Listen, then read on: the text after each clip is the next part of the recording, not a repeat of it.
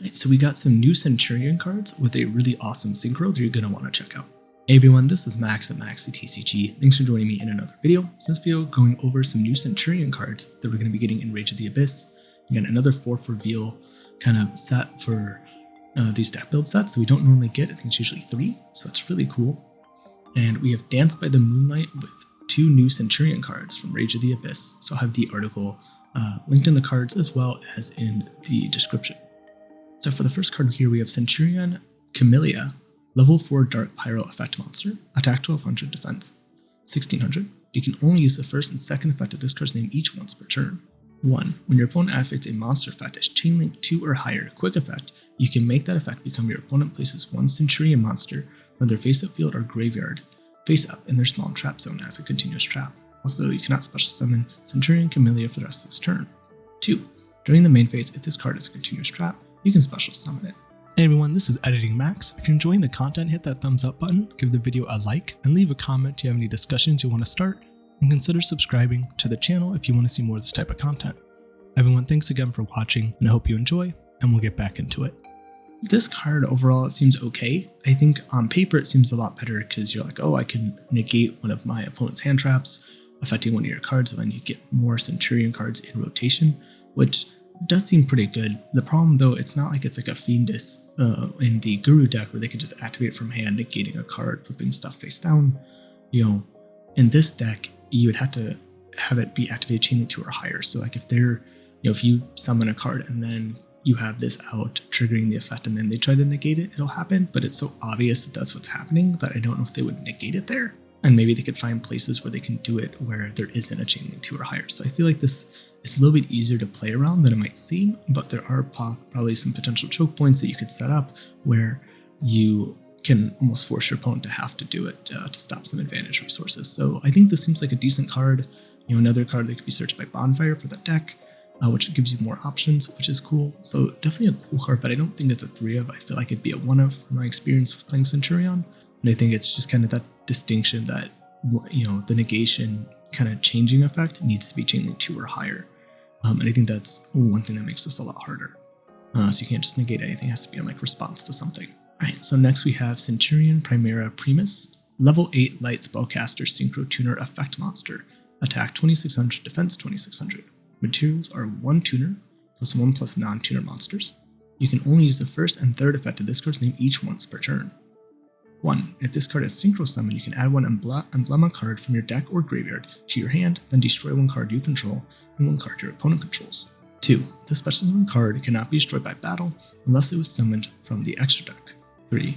If a face-up Centur-Ion card you control leaves the field by an opponent's card effect, you can special summon this card from your graveyard. So this card is really good for a few reasons. 1, it's generic level 8, so we always kind of had to use a Packbit Igmaster as the kind of level 8 kind of pseudo Centur-Ion card because it worked so well with the Centur-Ion strategy, and I think it's still a really good card that you'd want to consider playing if you have the extra deck space.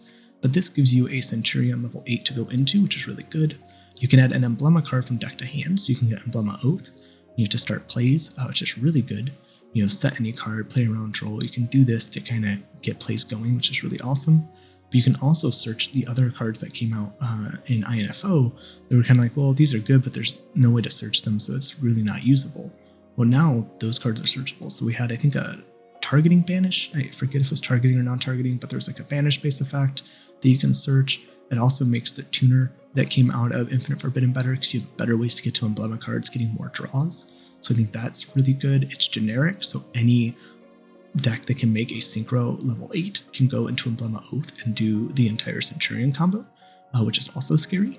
So we've seen the fact that because of these synchros being generic, you know, good or bad thing, you can splash them into other decks. And with the Calamity Lock, now any deck that can make a level 8 can Calamity Lock, or before any deck that can make a level 12 generically could Calamity Lock.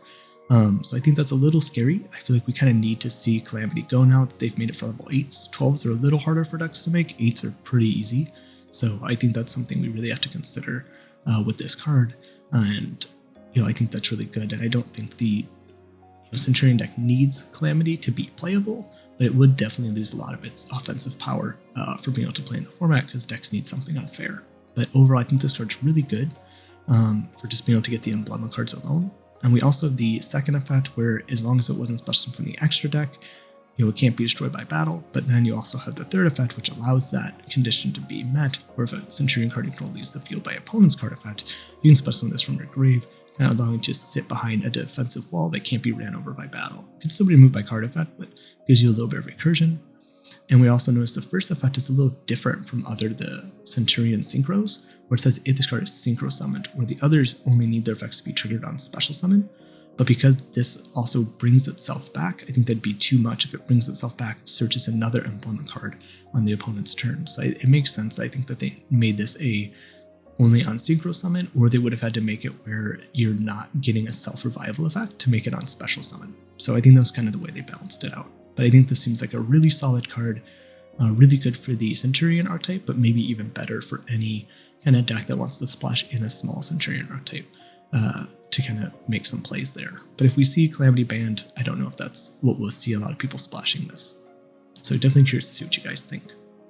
And what do you think of the new Centur-Ion Synchro monster? I think it seems really good.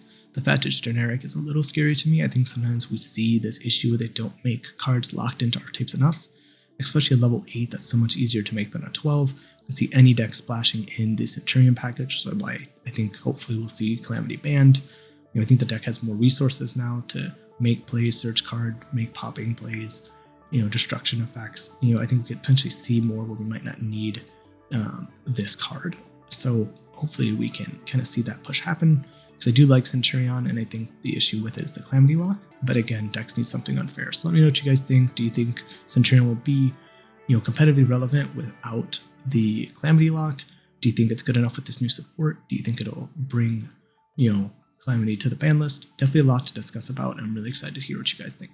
Everyone, I'll see you in the next one. Hey everyone, this is Editing Max. If you're enjoying the content and you want to support the channel, you can check out the TCG affiliate link in the description below. It supports the channel and costs you nothing, and you'll just be doing the same thing you normally do when you buy cards from TCG Player. If you're new to buying cards in TCG Player, check out my website. I have a section on it that helps out new people, kind of explaining some of the aspects of TCG Player, so that way you can get the most out of your money and you don't fall into some of these weird things that some people do to push up the price of cards. If you want to become a patron on the channel, check out my Patreon. It's another way you can help support the channel. We have different perks you can check out, like a lot of archetype proxies you see on the screen.